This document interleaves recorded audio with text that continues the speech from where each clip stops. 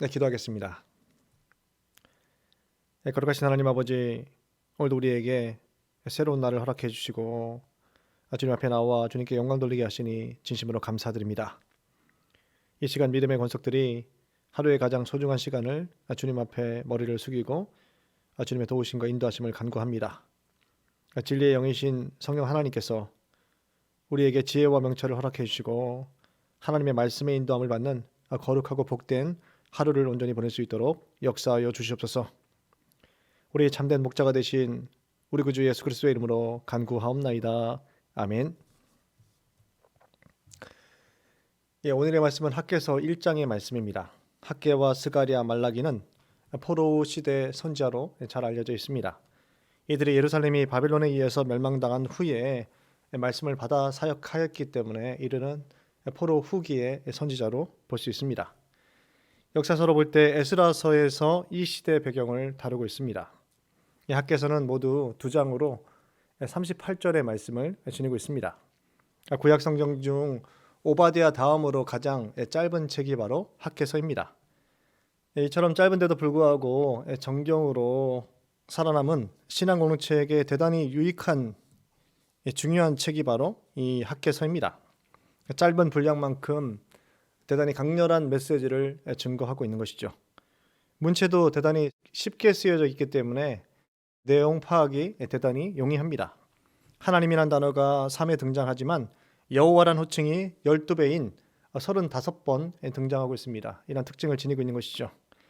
학개란 이름의 뜻은 명절에 속한, 명절에 태어난 사람, 축제의 사람이라는 의미를 지니고 있습니다. 그 명절이 어떤 명절을 가리키는지는 정확히 알 수 없습니다. 제롬이란 학자는 학개가 제사랑 가문의 출신이지 않았을까라고 추정합니다. 학개의 귀환 시기는 정확하게 기록되어 있지 않습니다. 그런 다리오 왕 2년 8월 29일부터 12월 18일까지, 유대인력에 의하면 6월 1일부터 9월 21일까지 대략 4개월에 걸쳐 말씀을 전하였습니다. 백성에게 일어난 반응들을 학개서에 자세하게 기록하고 있는 것이죠. 학개가 전한 말씀에는 날짜가 정확하게 기록되어 있는 특징을 지니고 있습니다. 그 모든 말씀을 학개가 바사왕 다리오 1세 제2년에 하나님의 말씀을 받았다라고 선포되고 있습니다. 주전 538년에 바사왕 고레스는 바벨론에 사로잡혀와 있던 선민들에게 예루살렘으로 귀환하여서 하나님의 성전을 재건하도록 명령합니다. 이것이 바로 그 유명한 고레스 칙령이죠. 이 조소로 인해서 정치 지도자 스룹바벨과 종교 지도자인 여호수아가 42,360명을 거느리고 귀환하게 됩니다. 이때가 바로 주전 538년의 일입니다. 새로 임명된 세스바설은 포로들을 예루살렘으로 인솔하였고 여호와의 전을 재건하기 위한 전지대를 놓게 됩니다. 그리고 이곳에서 번제와 제사를 하나님 앞에 올려드리게 되었던 것이죠. 그러나 이러한 성전 재건에 대한 역사는 반대에 직면하게 됩니다. 그래서 이 공사가 중단되기에 이른 것이죠. 뿐만 아니라 귀한 백성들 역시 자신들의 집과 회복에만 관심을 가지면서 성전을 재건하는 일에 대단히 소극적인 반응을 취하였습니다. 이런 여러 가지 어려움에 부딪혀 16년 동안이나 성전 건축에서 손을 놓게 되었던 것이죠. 주전 520년까지 약 16년 동안 이 일은 중단되었습니다. 바로 이때 하나님의 말씀을 받은 학개가 성전 재건을 위한 예언을 하게 되었고, 감동을 받은 백성들이 모두 함께 성전 역사의 동참함을 통해서 다리오 왕 6년에 마침내 4년 만에 성전은 완성되게 되었습니다. 학개의 1장의 구조는 다음과 같습니다. 1절부터 11절까지 학개의 첫 번째 메시지가 주어지고 있습니다. 주전 520년 6월 1일 월삭의 메시지가 주어지고 있는 것이죠. 12절부터 15절까지 성전 재건축이 이제 시작되고 있습니다. 학개 1장 1절의 말씀 제가 읽겠습니다. 다리오 왕 제2년 여섯째 달 곧 그 달 초하루에 여호와의 말씀이 선지자 학개로 말미암아 스알데아리 아들 유다 총독 스룹바벨과 여호사닥의 아들 대제사장 여호수아에게 임하니라 이르시되. 하나님의 말씀이 학개를 통해서 포로 귀환 지도자들, 정치 종교 지도자들에게 임하고 있습니다.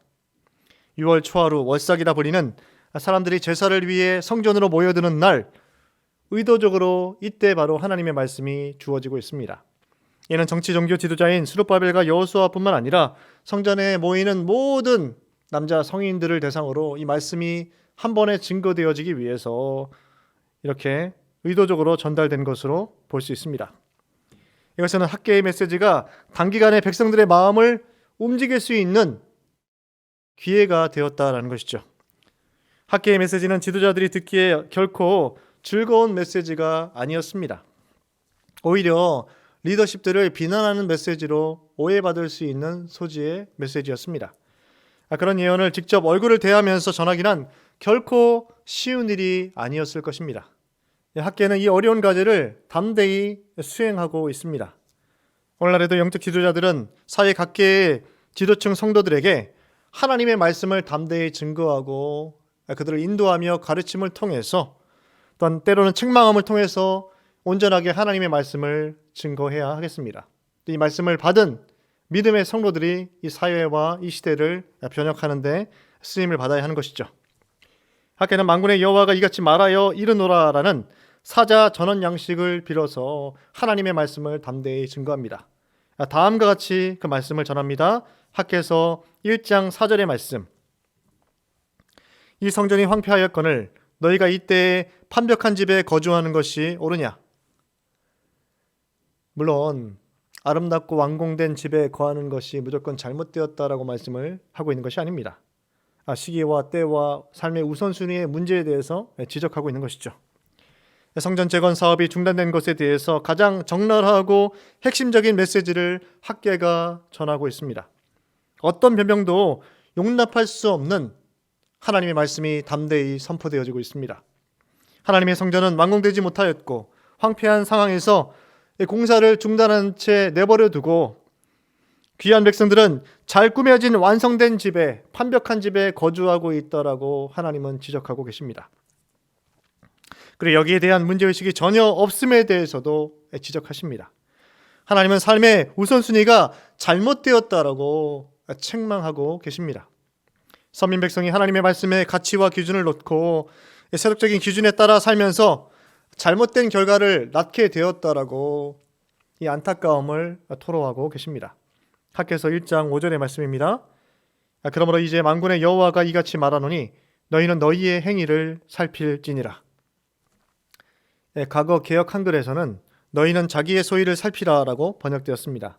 이 말을 정확하게 번역하면 너희들의 마음을 너희의 본래의 길에 두라라는 의미인 것이죠. 하나님께서 주신 뜻과 목적에 따라 바른 길을 가야 한다라고 말씀하고 있는 것입니다. 성전을 짓다 말고 내버려 두고 자기 일에만 열중하였더니 어떤 결과를 가져왔는지 보라라고 말씀하십니다. 축복이 아닌 저주가 뒤따르게 되었다라고 그 결과를 전해주고 계십니다. 농사를 지어도 거둘 것이 없고 먹고 마셔도 배부르지 못한 현실에 너희가 직면하게 되었다라고 현실을 그대로 꾸짖고 계십니다. 오늘 믿음의 성도인 우리 역시 이 말씀을 통해서 우리의 모습을, 우리의 삶을 점검해 보아야 하겠습니다.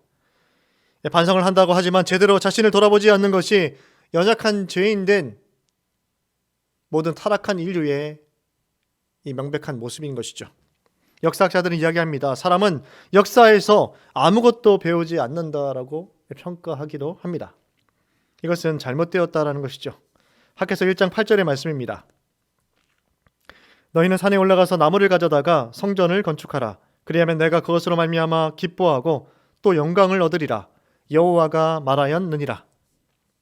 하나님은 자기의 삶을 돌아보고 성전 재건을 위한 구체적인 행동을 실행해야 한다라고 명백하게 말씀을 가르쳐주고 계십니다.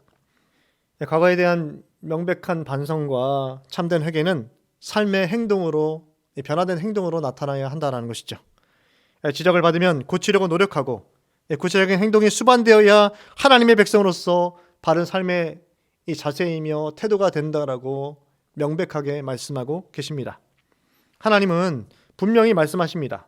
하나님을 가까이 하고 그분의 말씀에 순종하는 인생은 참된 기쁨과 영광을 얻게 될 것이다라고 선언하고 계십니다. 인간은 하나님의 영광을 추구할 때 세속적이고 인간적인 욕망들을 모두 가라앉힐 수 있다라는 것이죠. 나무를 하고 성전을 건축하는 일을 할 때 선민 백성들은 하나님께 방향을 향하게 되고 자신의 연약한 한계를 인정할 뿐만 아니라 하나님의 도우심을 간구하여서 하나님으로부터 말미암아 모든 복과 은혜를 받아 누리게 될 것이다라고 우선순위를 전해주고 계십니다. 학개서 1장 14절의 말씀입니다. 여호와께서 스알디엘의 아들 유다 총독 스룹바벨의 마음과 여호사닥의 아들 대제사장 여호수아의 마음과 남은 모든 백성의 마음을 감동시키심에 그들이 와서 만군의 여호와 그들의 하나님의 전 공사를 하였으니. 학개 선지자가 처음에 메시지를 선포하였을 때 수많은 백성들은 반대 의견을 가졌을 것입니다. 또 상당한 반대 여론도 존재하였을 것이다라고 볼 수 있습니다. 하지만 3주가 지나면서 스룹바벨과 여호수아는 성전 재건에 대한 마음을 갖게 되었고 이제 백성들을 설득하려고 하는 것이죠. 그리고 바로 이때 하나님의 영이 백성들에게 모두 임하게 되어서 그들의 마음을 감동시키게 되었고 그들이 한 마음으로 성전 재건에 대한 뜻을 갖게 되고 이 일을 실행에 옮기게 됩니다. 학개가 예언을 시작하여 3주 만에 드디어 이 공사가 착수되게 된 것이죠.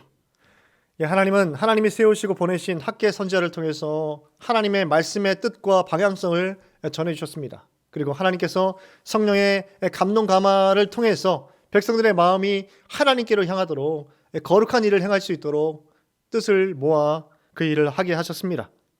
하나님은 하나님의 식과 방법으로 여전히 일하고 계십니다. 진리의 말씀이 선포되어지며 이를 통해 모든 성도들이 하나님의 말씀에 감동되어서 주님의 몸 대신 교회를 세워간다라는 것을 명백하게 그 과정들을 우리에게 전해주고 계십니다. 믿음의 서울교회가 진리의 말씀이 선포되어지고 또 이 말씀으로 말미암아 감동을 받고 감화된 성도들이 주의 몸 된 교회를 아름답게 세워가는 귀한 역사가 오늘 있기를 간절히 소원합니다. 기도하겠습니다. 두 가지의 기도 제목으로 함께 기도하겠습니다. 삶의 우선순위에서 진리의 말씀에 순종하지 않고 자기 자신들의 기준을 채우기 위한 우리의 모습이 있다라면 회개하며 삶의 최우선순위를 주님의 말씀에 따라 살아가는 믿음의 성도들이 될 수 있도록, 두 번째, 교회 회복을 위해서 기도하실 때 담임 목회자 청빙이 순탄하게 이루어질 수 있도록, 또 항존직 선거를 통해서 믿음의 귀한 일꾼들이 세워질 수 있도록 이 시간 합심해서 기도하겠습니다.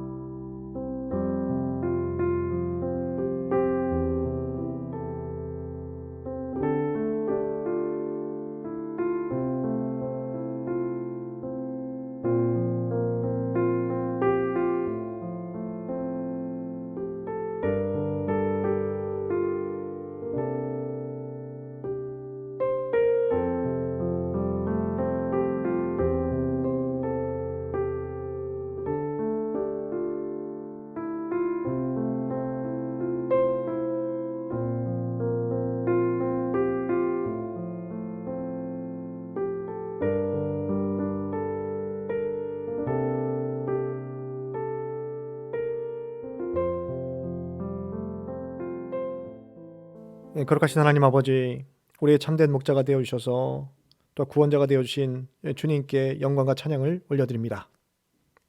1만 달란트 빚진 자와 같은 타락한 원죄를 지닌 우리를 구원해 주시고 죄와 사망의 권세로부터 자유케 하신 주님의 크신 은혜에 무한 감사를 드립니다.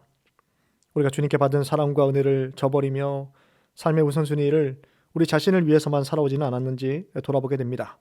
많이 뿌릴지라도 수확이 적으며 먹을지라도 배부르지 못하며 마실지라도 흡족하지 못한 채 계속해서 주님 앞에 달라고 이 결핍을 느끼며 호소하며 살아오지는 않았습니까?